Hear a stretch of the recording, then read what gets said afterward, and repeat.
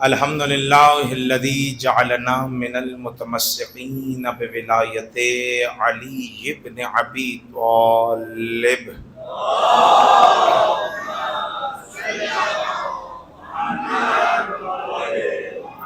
ثم الصلاۃ والسلام علی اشرف الانبیاء والمرسلین وخاتم النبیین ورحمۃ للعالمین وشفیع المذنبین ابی القاسم محمد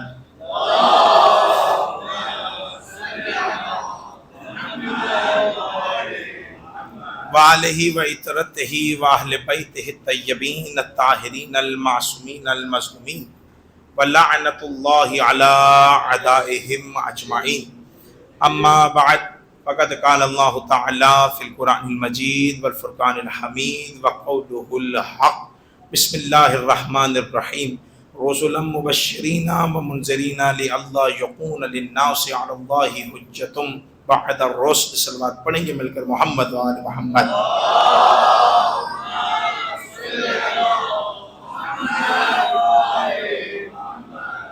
عزیزان محترم، سامنے کرام، حمد اور تسبیح و شکر پروردگار کا کہ جس نے توفیق دی اور آپ کے سامنے حاضر ہوا. اور شہزادی کا احسان. جس موضوع کا آغاز کیا تھا حجت خدا، آج اس کی 5ویں منزل ہے کہ جس میں آپ تک یہ باتیں پہنچانے کی کوشش کی گئی کہ حجتیں تو اللہ کی بہت ہیں. نبی کو بھی حجت خدا کہا جاتا ہے، رسول کو بھی حجت خدا کہا جاتا ہے، امام کو بھی حجت خدا کہا جاتا ہے، انبیاء کو بھی حجت خدا، ولی کو بھی حجت خدا، اور خلیفہ کو بھی حجت خدا کہا جاتا ہے. یہ تمام چیزیں جو ہیں، تمام عہدے الہیات جو ہیں، ان سب کو حجت خدا کہا جاتا ہے. لیکن حجت خدا کہنے کا مطلب یہ نہیں ہے کہ اللہ کی ساری حجتیں ایک جیسی ہو گئی. مطلب یہ نہیں ہے کہ اللہ کی تمام حجتوں کو ایک ہی کٹہرے، ایک ہی دائرے میں لا کے کھڑا کر دیا جائے اور سب کو ایک ہی اس کے معیار کے مطابق ڈھالا جائے. نہیں، اس کا اعلان خود اللہ نے کیا ہے کہ پہلے ہم نے انبیاء کو بنایا، پھر اس میں سے ہم نے رسولوں کو خلق کیا، پھر جب رسول بنا لیے تو پھر ان میں سے اولو العزم نکالے، پھر جب اس میں سے اولو العزم نکل گئے تو اولو العزم کے بعد پھر ہم نے ان میں سے ایک ایسا نکالا جو سب کا سردار تھا، جسے محمد مصطفیٰ کہتے ہیں، جو سب سے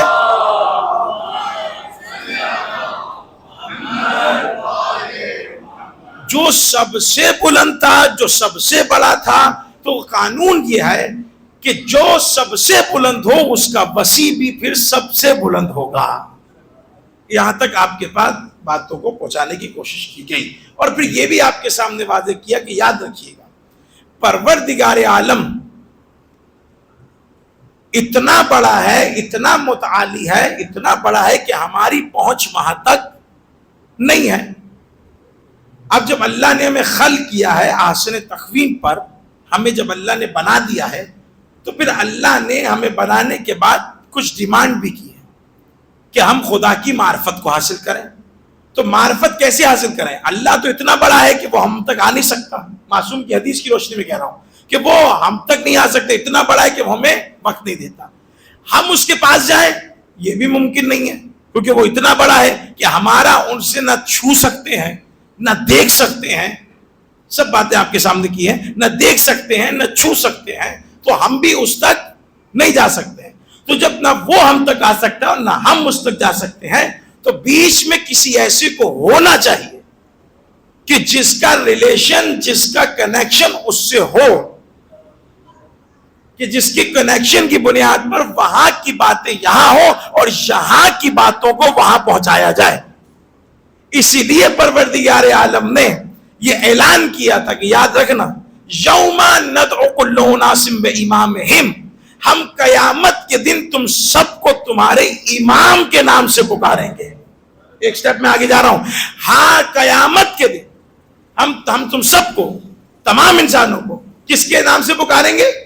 امام کے نام سے. یعنی بلایا تو امام کے ذریعے سے جائے گا. اب دنیا میں جس کو اپنا امام مانا ہوگا، قیامت میں اب اس کو اسی کے نام سے مانا جائے گا.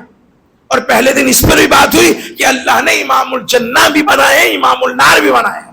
امام جنت کا تعارف رسول نے کروایا اور امام النار کا تعارف نہیں کروایا. صرف ایک عہدہ، صرف ایک معیار قائم کیا، ایک میزان دے دیا کہ اب یہ ہے امام الجنہ، اب قیامت تک ان کے مقابلے میں کوئی آئے یا آئی وہ امام النار میں تبدیل ہوتے جائیں گے، وہ ان میں سے نہیں ہوں گے. جملہ سماعت فرمائیے گا. تو کوئی تو ایسا ہو یوما ندعو کل اناس، ہم نے آپ کو سب کو، انسانوں کو کس کے نام سے پکاریں گے؟ امام کے نام سے پکاریں گے. تو ہم نے بھی دنیا میں طے کیا، جو حجت کے ماننے والے ہیں، جو حجت کو چاہنے والے ہیں، انہوں نے اس بات کو طے کیا، ٹھیک ہے اللہ اگر تو ہمیں حجت کے ذریعے سے بلا رہا ہے محشر میں، تو ہم بھی پوری کائنات میں، پوری زندگی میں تجھے بھی حجت کے ذریعے سے یاد کریں گے، حجت کے بغیر یاد نہیں کریں گے. تجھ تک جب بھی پہنچیں گے حجت کے ذریعے سے آنے کی کوشش کریں گے. صلوات پڑھیں گے مل کر محمد علیہ.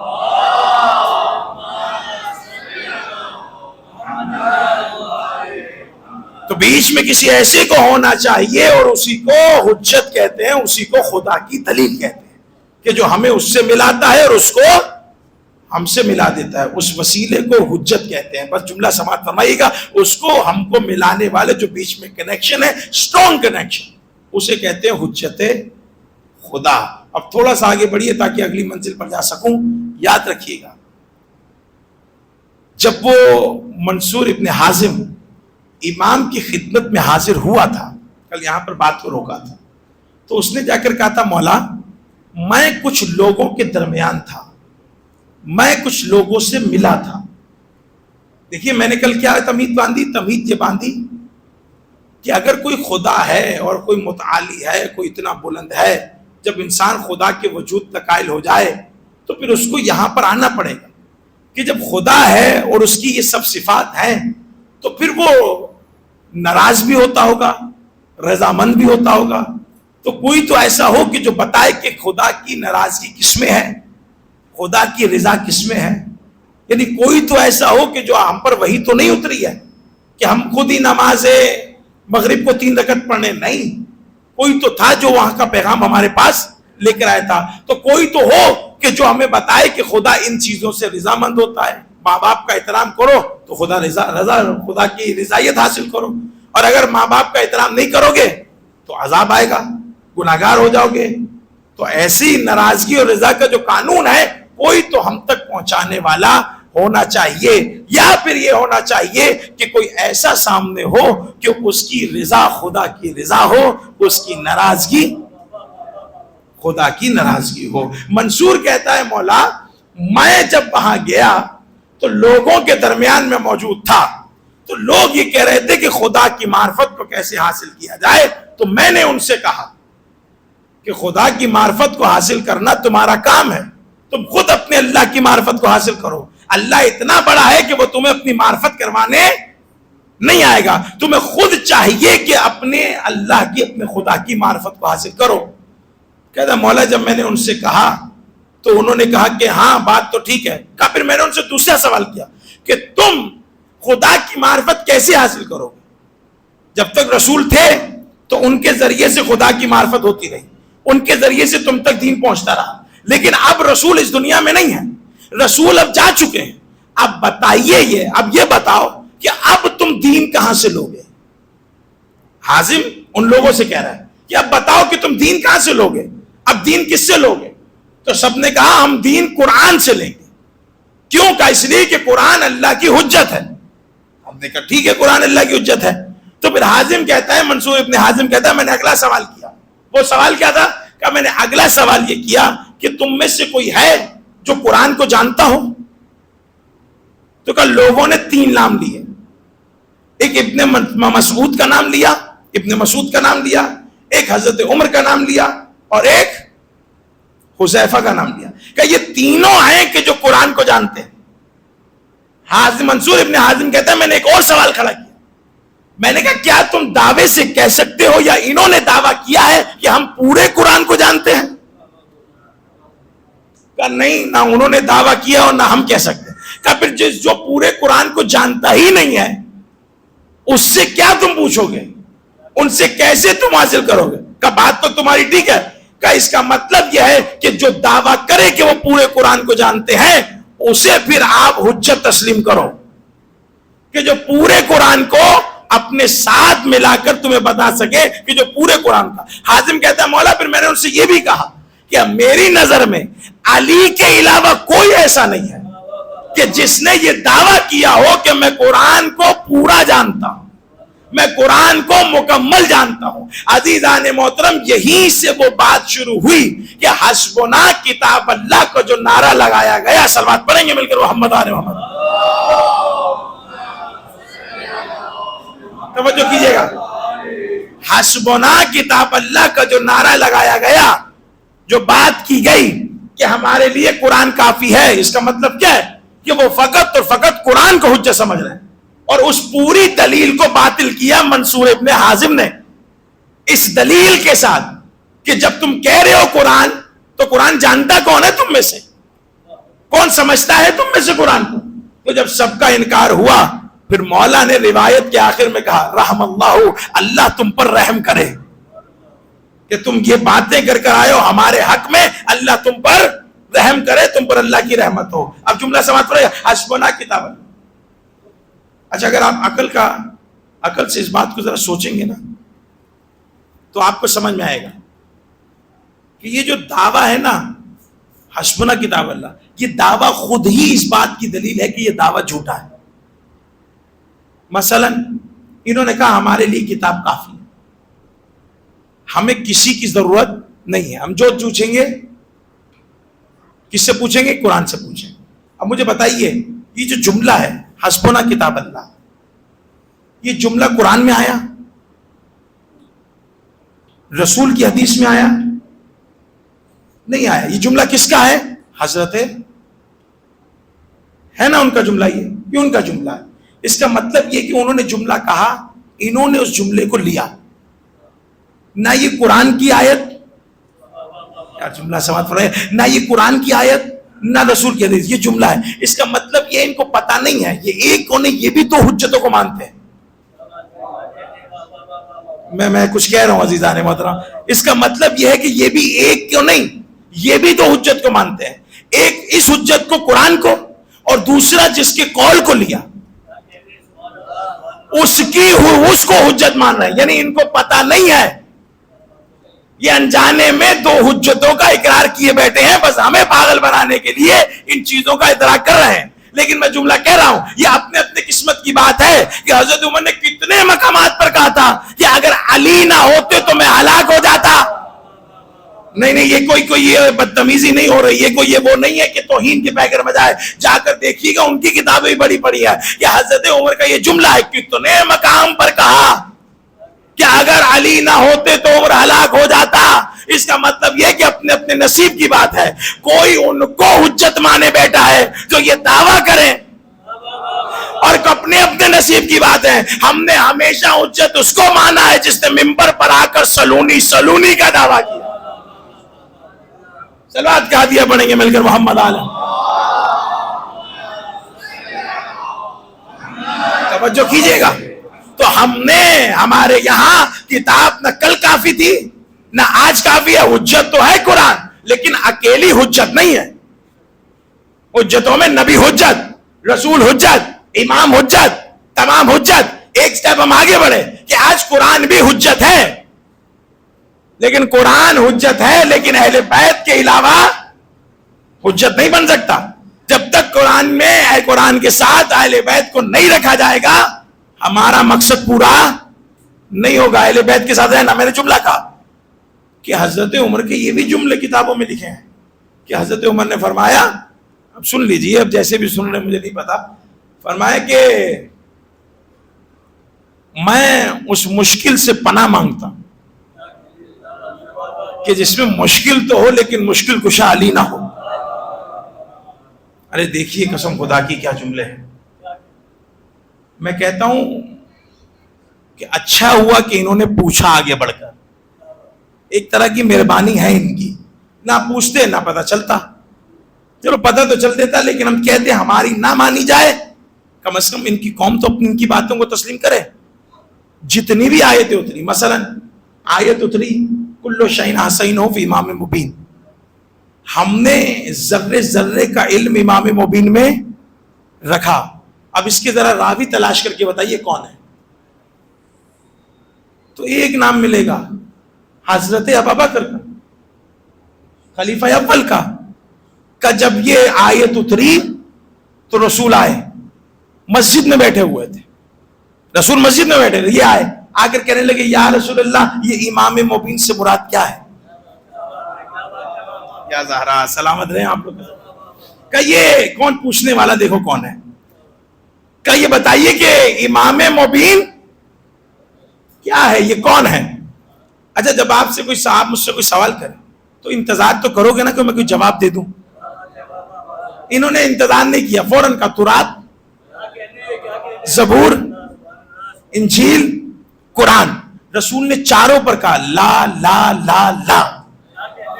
رسول کا مزاج ہے، رسول نے بولا نہ لا قرآن ہے، نہ تورات ہے، نہ زبور ہے، نہ انجیل ہے. فرمائیے پھر امام مبین سے مراد کیا ہے؟ کہ 9 مرتبہ حضرت ابوبکر نے پوچھا، 9 مرتبہ جواب نہیں دیا رسول نے. کیونکہ میں قانون بیان کر کے گیا ہوں، علی کے مقابلے میں، علی کے معاملے میں رسول صرف بتاتے نہیں ہیں، دکھاتے بھی آئے. انتظار کرتے رہے، انتظار. 9 مرتبہ پوچھا، حضرت رسول خدا نے نہیں بتایا. ایک مرتبہ جب مسجد میں وہ دروازہ کھلا، وہاں سے ایک جوان آیا، رسول نے فرمایا ابوبکر اب پوچھو کیا پوچھتے تھے؟ یا رسول اللہ میں نے پوچھا کہ امام مبین کون ہے. ہاتھوں سے اشارہ کیا، ھذا علی امام مبین. آئے غریب کہیے اللہ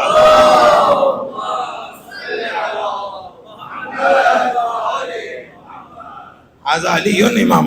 یہ علی ہیں کہ جو امام مبین ہے. ایک جگہ کتنی روایتوں میں ایسا آیا کہ جب پوچھا گیا یہ امام مبین کیا ہے، پھر ایک تو یہ روایت آئی کہ جب پوچھا گیا یہ صراط مستقیم کیا ہے، اس میں بھی ان کے نام موجود ہے، جا کر دیکھیے گا. انہوں نے ہی پوچھا کہ یہ صراط مستقیم کیا ہے، اور علی کی رسول اللہ نے علی ابن ابی طالب کے اشارہ کر کے بتایا کہ یہ ہے صراط مستقیم، یہ ہے امام مبین. اب جملہ سماعت فرمائے گا جو کہنا جا رہا ہوں.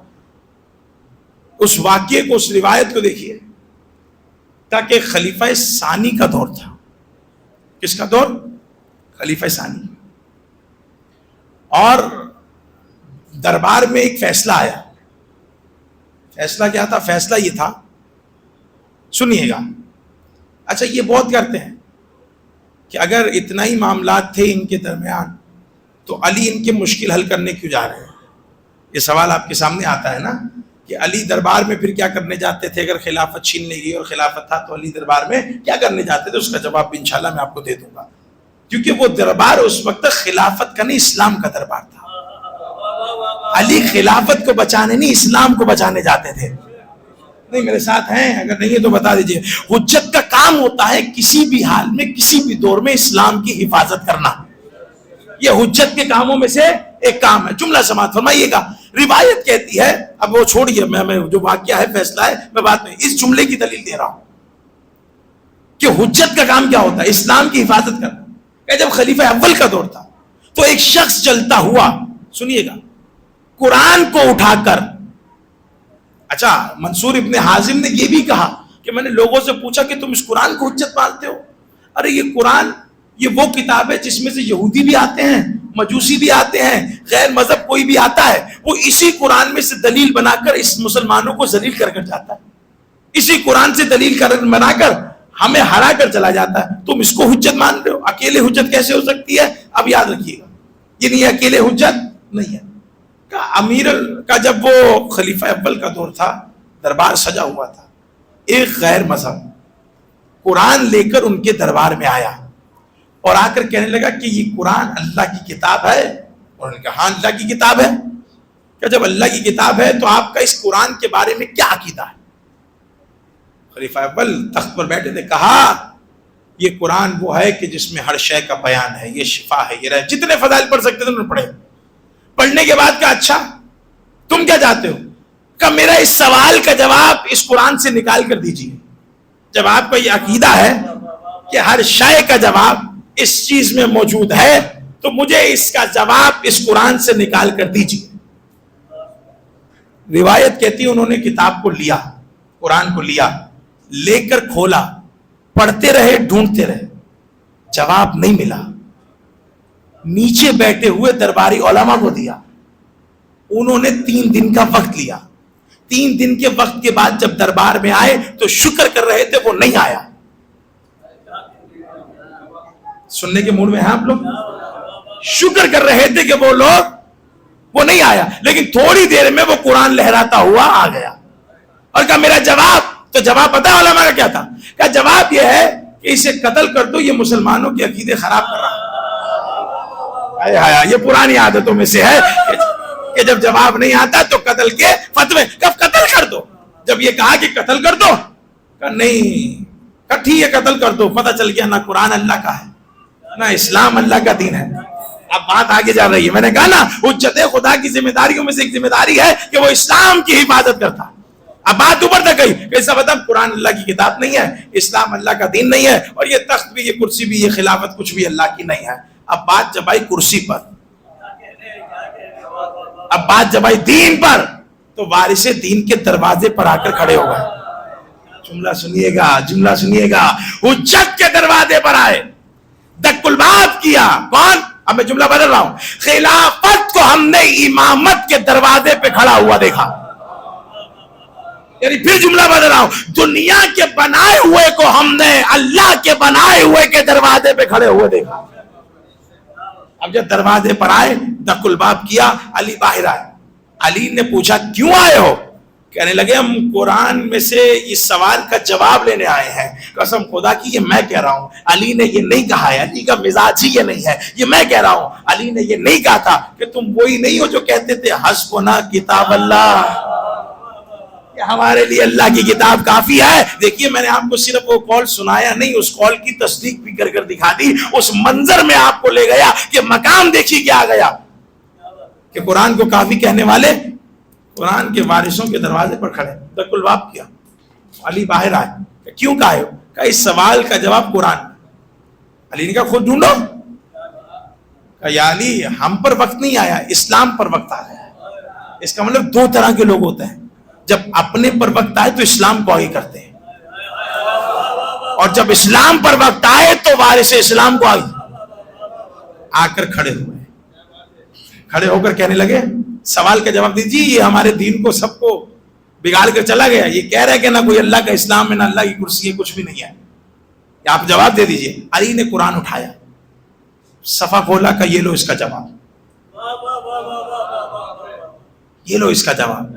سب چلے گئے, لیکن جملہ سماعت فرمائیے. خلافت امامت کے دروازے پہ کھڑی رہی, کھڑی رہی. کہنے لگے جاتے کیوں نہیں؟ کہ یا علی سوال ہے. پوچھ رہا ہے, پوچھنے والا میں, کیا یہ علی سوال ہے؟ اب پوری زندگی میں علی کا کوئی بتائے کہ علی نے کسی سے کوئی سوال کیا؟ نہیں کیا. علی, یا علی سوال ہے. کیا سوال ہے؟ کہ سوال یہ ہے کہ ہم ڈھونڈتے رہے, ہمیں جواب نہیں ملا, آپ نے کھولا اور جواب ہمارے ہاتھوں میں. مولا یہ کیا معاملہ ہے؟ علی نے فرمایا دیکھو یہ کتاب ہماری میراث ہے, ہم اس کتاب کے وارث ہیں. جب یہ وارث کے ہاتھ میں آتی ہے نا, خود کھل کھل کر بتاتی ہے ہم فلاں مسئلے کا جواب ہے, ہم فلاں مسئلے کا. یہ قرآن سمجھ رہے ہیں؟ قرآن نقل کافی نہ آج کافی. ایک اور موقع یاد کیجئے, اب وقت نہیں ہے میرے پاس, ایک اور موقع یاد کیجئے اس وقت کو کہ مدینے میں زلزلہ آیا. یاد ہے آپ لوگوں کو, ذہن میں ہے؟ تو کہاں گئے سب؟ زمین کے وارث کے پاس, زمین کے مالک کے پاس گئے. کسی اور کے پاس جاتے؟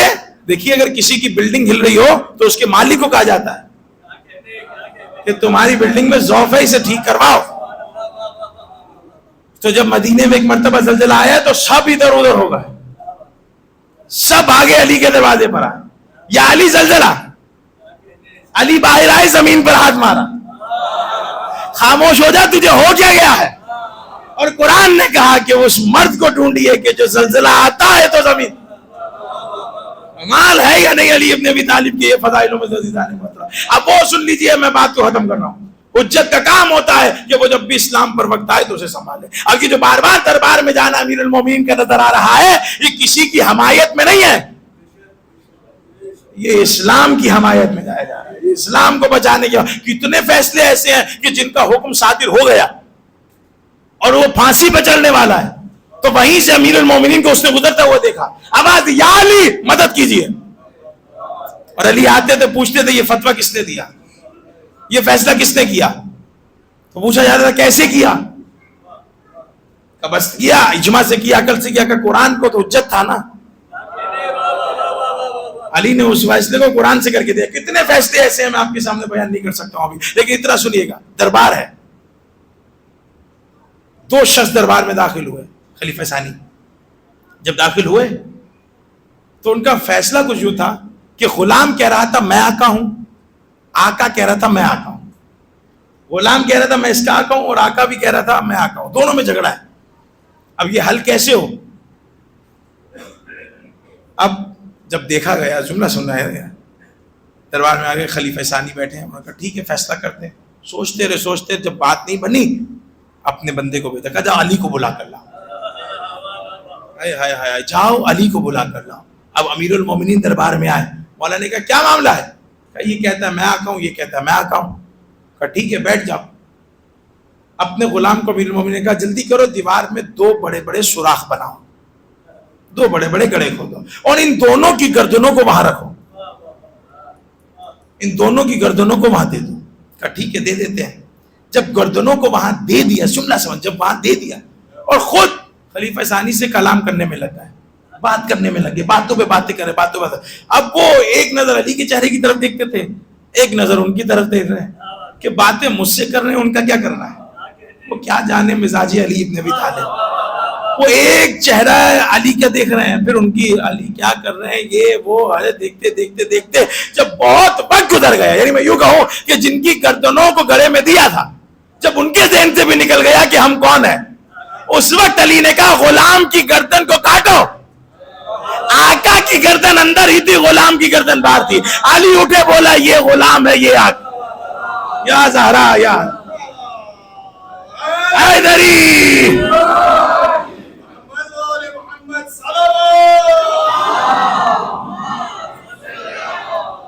میں جملہ کہہ رہا ہوں, یعنی حجت کے ہوتے ہوئے کسی کو غلط سزا بھی نہیں مل سکتی. حجت کا وجود ایسا ہے کہ جو ظلم نہ کرتا ہے نہ ہونے دیتا ہے. حجت کے وجود کو اگر آپ صلوات پڑھیں گے مل کر محمد آل محمد,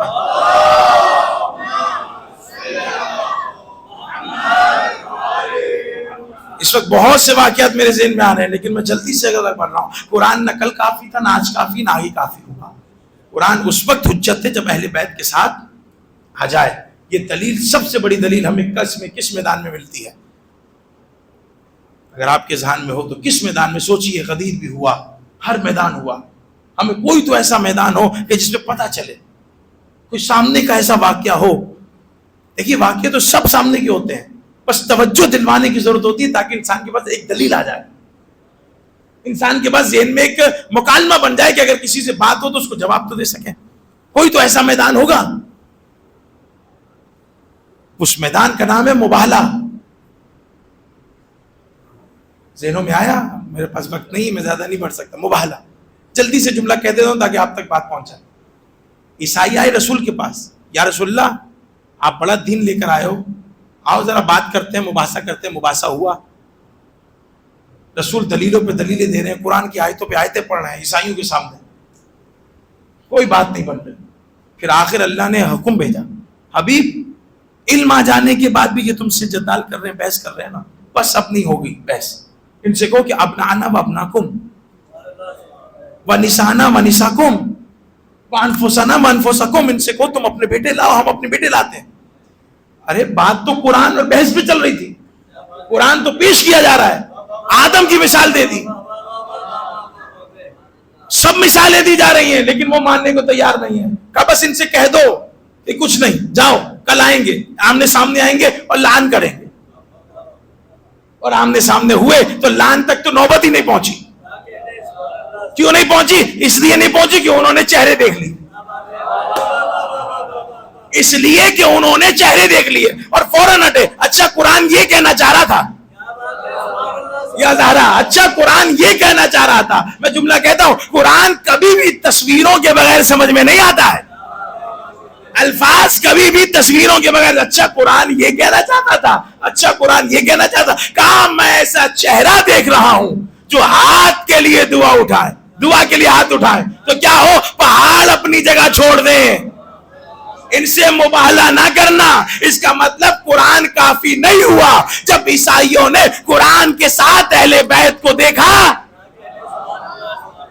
فوراً پیچھے ہٹے، کہا ہم مباہلہ نہیں کریں گے، لیکن مباہلہ کرو یا نہ کرو لعن تو وہاں سے آ گئی ہے. اب تمہارا کام ہے وصول کرتے ہو یا نہیں کرتے ہو. اگر ان کے مقابلے میں آتے تو لعنتی بن جاتے، ان کے مقابلے سے ہٹ کر قیامت تک وہ لعنت ہوا میں معلق ہے اور اس پر جاتی ہے جو ان کے مقابلے میں آتا. سلامت رہیے یہ جماعت، سلامت. اچھا اس کے اوپر ایک جملہ کہہ دیتا ہوں تاکہ بات واضح ہو جائے. اسلام کی فتح حجت کا کام ہے، اسلام کی منظر جو ہے وہ حجت کا کام ہے. اب آپ کو یاد ہے کہ ہمارے رسول خدا نے ان سے کہا کہ چلو نہیں کرنا تو کیا کر سکتے ہو؟ کہنے کچھ نہیں، آپ ہم سے ٹیکس لے لیجیے، ہمیں یہاں رہنے دیجیے، ہم سے ٹیکس لے لیجیے. اگر کوئی اور ہوتا پتہ نہیں کتنا ٹیکس کہتا. اتنا معمولی ٹیکس کہا کہ عیسائی خوش ہوگا. اتنا معمولی ٹیکس جسے فدیہ کہتے ہیں، اتنا کتنا کا 2 روپے، یعنی آج کے دور میں آپ سے کوئی ٹیکس کے 2 روپے دے دو، اتنا کم ٹیکس کا.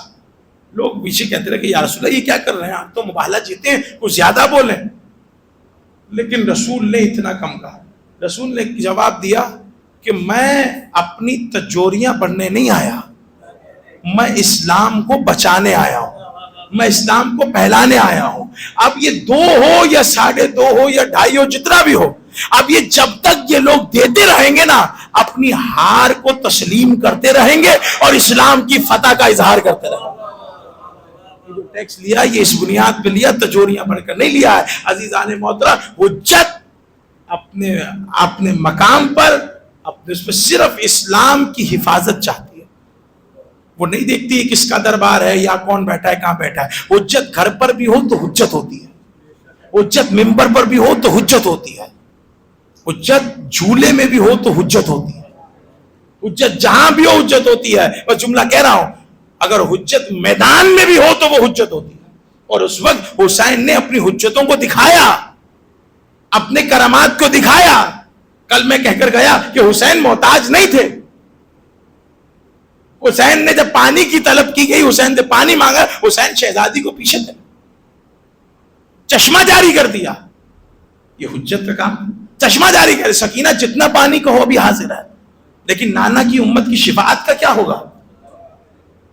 قسم خدا کی کربلا کے بچوں کا اگر آپ وہ دیکھیں گے نا جذبہ، آپ کہیں گے کہاں پھر اہل بیت کا جذبہ کیا ہوگا اس مقام پر. عزیزو جملہ سماعت فرمائیے گا. روایت کہتی ہے ایک صحابی میرے مولا کا میدان میں گیا، شہید ہوا. جب امام اس کی لاشی کو لے کر آ گئے تو دیکھا کہ ایک خیمے سے ایک چھوٹا بچہ نکل کر بھاگا. سنیے گا، ایک چھوٹا بچہ خیمے سے نکل کر بھاگا اور میدان کی طرف جا رہا تھا. حبیب زندہ تھے اس میں. حسین نے حبیب کو سزا دی، حبیب اس بچے کو دیکھو یہ کون ہے، یہ ہمارے خیموں سے نکلا ہے، یہ میدان کی طرف کیا کرنے جا رہا. حبیب نے اس بچے کو روکا. آپ دیکھیے گا، اس بچے کو روکا اور روک کر کہا بیٹا کہاں جا رہے ہو؟ کہا اپنا سر اپنے مولا پر قربان کرنے جا رہا. چھوٹا بچہ، اب جذبہ دیکھیے، اپنے مولا پر اپنا سر قربان کرنے جا رہا ہوں. کہا کیوں؟ تمہاری ماں انتظار کر رہی ہوگی. کہا اماں نہیں تو بھیجا ہے. جملہ سمجھتا ہے. کہا اماں نہیں تو بھیجا ہے. کہا اچھا آؤ تمہیں حسین کے پاس لے کے چلو. آقا حسین کے پاس لا کر بٹھایا. کہا بیٹا کہاں جا رہے ہو؟ جب قریب آئے تو حسین پہچان گئے. حسین نے کہا نہ بیٹا اب تو خیمے میں جا، تیری ماں ویسے ہی بیوہ ہو چکی ہے، یہ تیرے باپ کی تو لاشیں کو لایا ہوں. آپ جذبہ دیکھ رہے ہیں؟ یہ بھی یہ میں ابھی آپ کے سامنے کہہ رہا ہوں، یہ اہل بیت کا خانوادہ نہیں، صحابیوں کی بات کر رہا ہوں. جہاں صحابیوں کے بچوں کا یہ جذبہ ہو، وہاں پہ اہل بیت کی عورتوں کا کیا جذبہ ہوگا؟ روایت کہتی ہے کہ اس بچے نے کہا نہیں مولا میں تو قربان ہونا چاہتا ہوں، مجھے اماں نے بھیجا ہے. کہا نہیں بیٹا، تیری اماں کو تیری ضرورت ہے، تو خیمے میں جا، ابھی تیرے باپ کا لاشا تو لایا ہوں. روایت کہتی خیمے سے آواز آئی، مولا اس بیوہ کے ہدیے کو قبول کیجیے. جب یہ کہا گیا حسین نے رونا شروع کیا اور حسین روتے رہے. اب سوچئے جس میدان میں جو اہل بیت میں سے نہیں ہیں، جو صحابیوں کی ازواج ہیں، ان کا یہ عالم ہے، تو وہ بہن کا کیا جذبہ ہوگا جو مدینے سے نکلتی ہوئی جناب عبداللہ سے کہہ رہی تھی عبداللہ مجھے میرا بھائی بڑا پیارا ہے، عبداللہ میں اپنے بھائی کے ساتھ جانا چاہتی ہوں، عبداللہ میں نے اپنے بھائی کو کبھی تنہا نہیں چھوڑا ہے، عبداللہ مجھے اجازت دے دے. ایک مرتبہ جناب عبداللہ نے بھی کہا ہاں میری بہن اگر جانا چاہتی ہو، ہاں میری زوجہ اگر جانا چاہتی ہو تو تم جاؤ، کیونکہ تم نے حسین کو کبھی تنہا نہیں چھوڑا ہے. عزاداران مظلوم کربلا حسین نے بھی کہا تھا اے میری بہن اگر شوہر اجازت دے تو پھر میرے ساتھ چل لینا. جو شوہر سے اجازت لی آقا حسین کے پاس آ گئی. جملہ سماعت فرمائیے گا اگر سمجھنا چاہے تو. حضرت عبداللہ نے ایک مرتبہ بی بی کے پاس آئے، زینب آپ جا تو رہی ہیں، میں مصلحت امام کی وجہ سے یہاں رکا ہوا ہوں، مجھے نہیں لے کر جا رہے. دیکھو مجھے پتا ہے، مجھے مولا نے بتایا ہے کہ کربلا کا رخ کیا ہے، اگر وہاں ضرورت پڑ جائے تو میرے ان بچوں کو. عزادارو یہاں دو روایات ہیں، علماء یہ بھی پڑھتے ہیں کہ اونو محمد زینب کبریٰ کے ساتھ نہیں گئے ہیں. کہا ایک مرتبہ جب مکے کو گزرا، جب مکے سے قافلہ روانہ ہوا ہے نا، ایک مقام وہ آیا کہ جہاں حضرت عبداللہ آئے، آ کر امام حسین سے ملے. امام حسین سے مل کر کہا حسین میں اپنی زوجہ سے ملاقات کرنے آیا ہوں. ایک خیمہ لگایا گیا. بی بی زینب نے جب سنا نا عبداللہ آئے ہیں، طلب گئی کہیں واپس لے جانے کے لیے تو نہیں آئے ہیں، اتر کر خیمے کی طرف آئے. آ کر کہنے لگی عبداللہ تم میرا شوہر ہے، تم مجھے لینے آئے ہو تو میں چلوں گی، لیکن یاد رکھنا بھائی سے بچھڑ کر بہن زندہ نہیں جائے. بھائی سے بچھڑ کر بہن زندہ واپس نہ جائے گی. جناب عبداللہ نے ہاتھوں کو جوڑ کر کہا اے میری زوجہ، اے زینب کبریٰ، میں تیرے حق کو پہچانتا ہوں. اے زینب تم فاطمہ زہرا کی بیٹی ہو، میں تمہیں لینے نہیں آیا، میں رسول کی ایک حدیث پر عمل کرنے آیا ہوں. رسول نے فرمایا تھا جب کوئی سفر پر جائے تو کچھ صدقہ دے دیا کرو.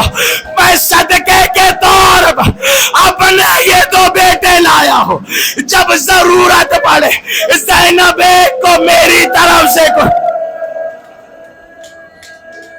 زینب ایک کو میری طرف سے قربان کرنا، ایک کو اپنی طرف سے قربان کرنا.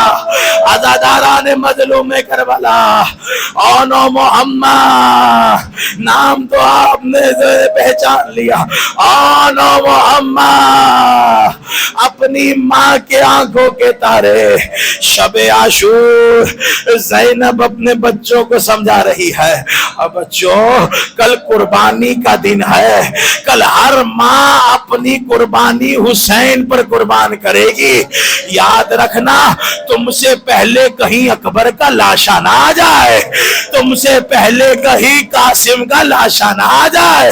یاد رکھنا اپنے بچوں کو تیار کر رہی ہے، مجھے میرے بھائی حسین سے شرمندہ نہ کروانا. بچوں نے کہا ماں صبح تو ہو لینے دیجئے. عزادارو کون سی ماں ہوگی کہ جو یہ گوارا کرے؟ لیکن جملہ سن لینا، کہاں بچوں تمہیں اری جنکل ایسی ہو کہ کوئی دیکھ کر جعفر تیار کہے، کوئی دیکھ کر حیدر کرار کہے. عاشور کا دن آیا، بچے ماں کے سامنے آئے. زینب کبریٰ نے دیکھا ابھی تک یہی ہو، کہا ماما جان ماموں مرنے کی اجازت نہیں دیتے، آپ جینے کی تو ماموں اجازت نہیں دیتے، آؤ میرے بچوں میں تمہیں لے کر چلو۔ عزاداروں لے کر چلی ہے زینب اپنی دو قربانیوں کو، حسین کے سامنے آ کر کھڑی ہو گئی۔ حسین نے زینب کا چہرہ دیکھا کہ زینب آج بڑے عجیب انداز میں سامنے کھڑی ہو، خیریت تو ہے؟ اے حسین، میں نے آپ سے جب بھی کچھ مانگا آپ نے عطا کیا، آج میں ایسی چیز مانگنے آئی ہوں، مجھے منع نہ کیجیے گا۔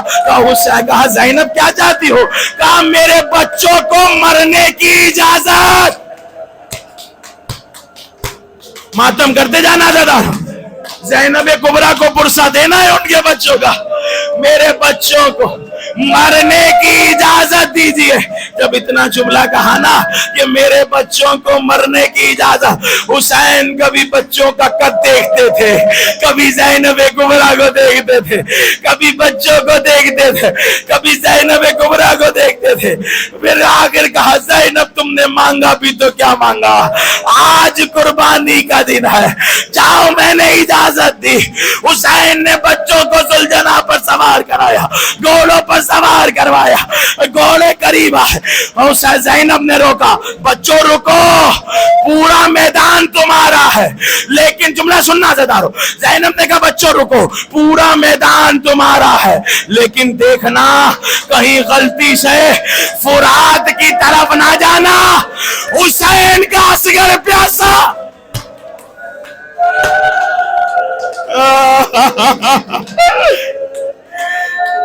بچوں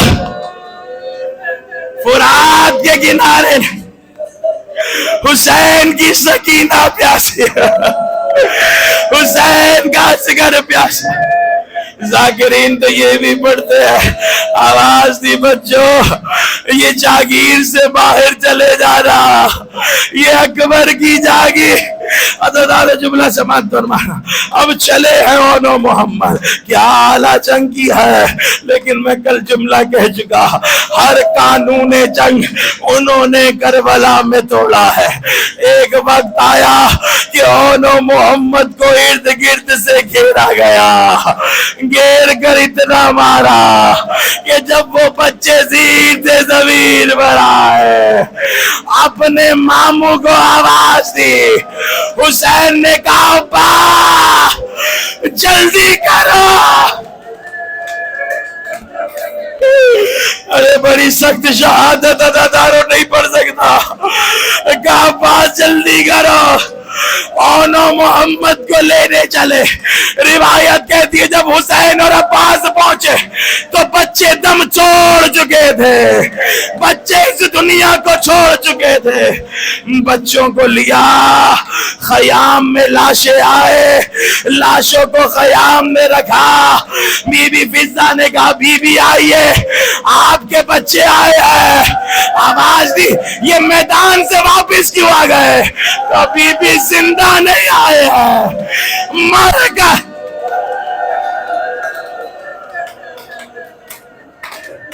میں نہیں پڑھنا چاہتا تھا دارو، لیکن مجھے نہیں لگتا اس روایت کے بغیر اونو محمد کا مصائب کا حق ادا۔ اگر رو سکتے ہو تو پڑھتا ہوں، پڑھو عزادارو، اجازت دیتے ہو سنیے گا۔